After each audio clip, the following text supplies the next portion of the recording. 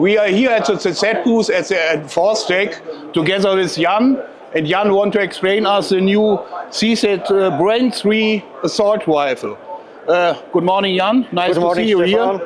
Please, can you explain us the differences between the old Bren 2 and the new Bren 3?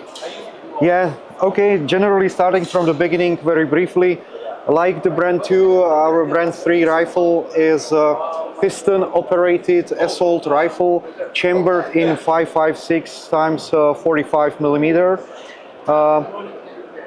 and directly from its appearance, we can start with some differences between Bren 2 and Bren 3. Okay. So the upper receiver is made of highly durable aluminum alloy 7075. But here we have the first difference. Okay. Unlike on Bren 2, where the upper receiver used to be monolithic, one piece of material, yep.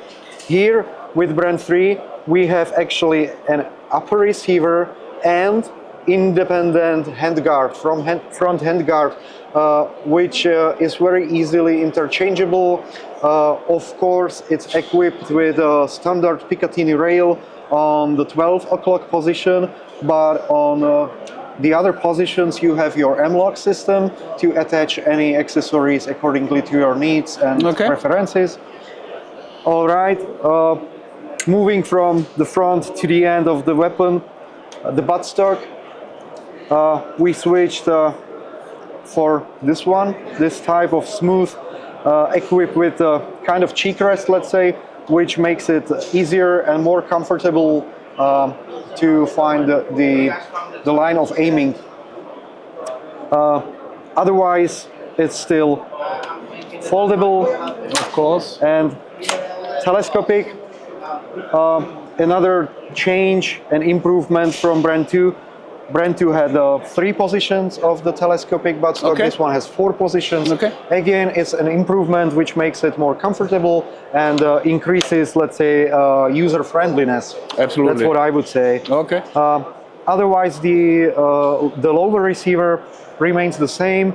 It's made of a highly durable polymer reinforced with carbon fiber, so it's very solid, very resistant material, but very lightweight. So again, it's very comfortable. It makes the whole weapon under 3.5 kg. This particular one with 14.5 inch long barrel has approximately 3.3 kg. Okay. How many different barrel lengths you have? For the Bren 3, chambered in 5.56, we have 8 inch, 11 inch, 14.5 and 16.5. Okay. So and I can get other calibers beside 5.56? Yes, you can. Bren 3 we offer also in 300 AAC blackout. Okay. And it's just behind me. Maybe we can get closer. Suppressed one here. Yeah, I would like to attract your attention to this one. It's a perfect combination for units that deal with covert operations, CQB, and stuff like that. Because even though it seems quite standard length, it only has 7 inch long barrel, and the rest is integrated suppressor, which together in combination with subsonic ammunition makes it absolutely smooth regarding the operation and shooting, but it also reduces and nice to operate when you have tight spaces. Exactly. So yeah, that's one of the. And here is also latest. The PDV buttstock. Yes. I can also have it with the standard rifle. Yes. That's one of the changes between Bren 2 and Bren 3. Okay. The upper receiver of Bren 3 has those both sides perforations, which are actually prepared for installation of the PDW style telescopic buttstock. So this would be it from the outside. Last but definitely not least, we changed for better, at least we believe so, the gas regulator. So it has more places where you can grab it and touch it and rotate it accordingly to your needs.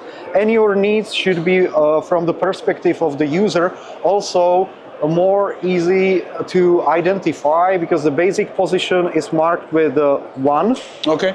and instead of having other figures or letters or whatsoever, you just have the sign plus on one side and minus on the other side, which makes it more obvious for which one you want to go if you need to increase the amount of gas due to some so I have three positions. Rough conditions. Yes, generally speaking, there are three positions.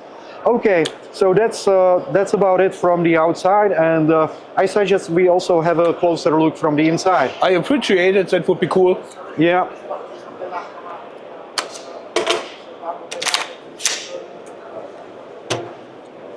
So for the basic disassembly, as you will see yourself right now, no tools are necessary. You can check the weight of.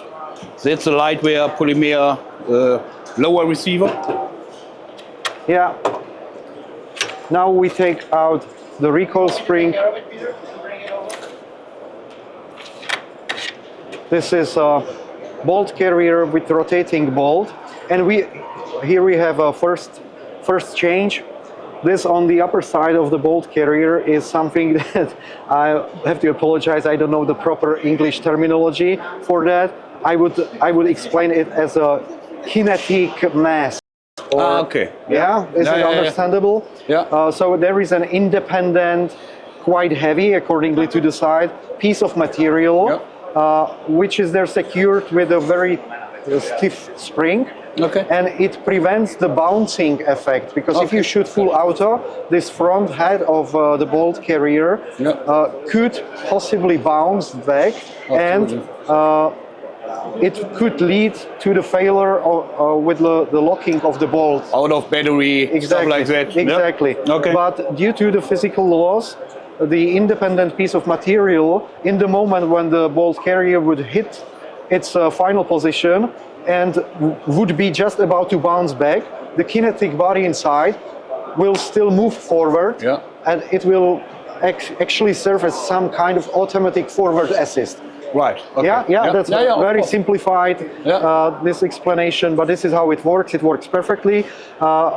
It used to be also on the bolt carrier of Bren 2, of course, but over there the technology and procedure for us to manufacture it was a little bit more complicated, and this is easier and it works very fine.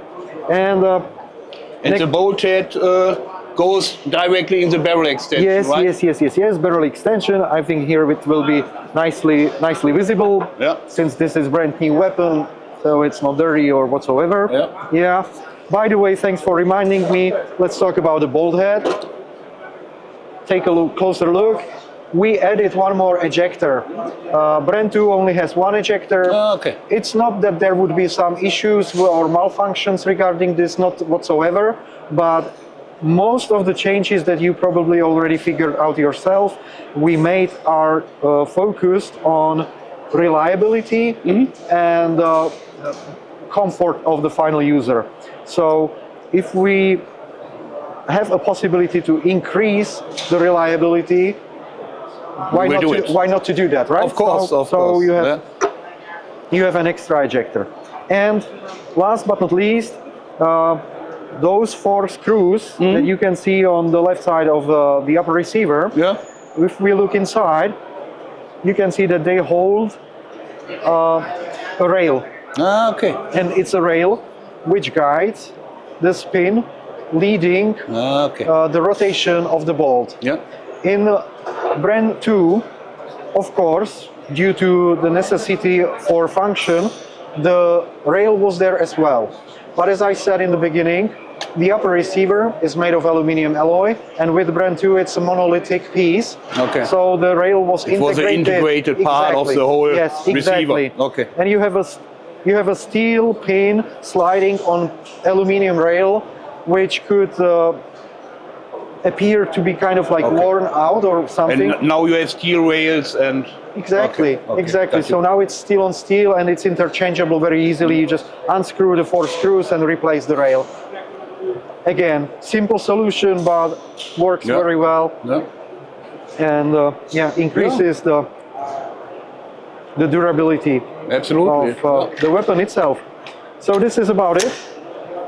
Okay, Jan, thanks for your time, and thanks for explaining the rifle was a pleasure for me. Yeah. Thank you very much. It was a pleasure for me. Let me just put it back together, which does not take much Absolutely not. much of the time. Yeah.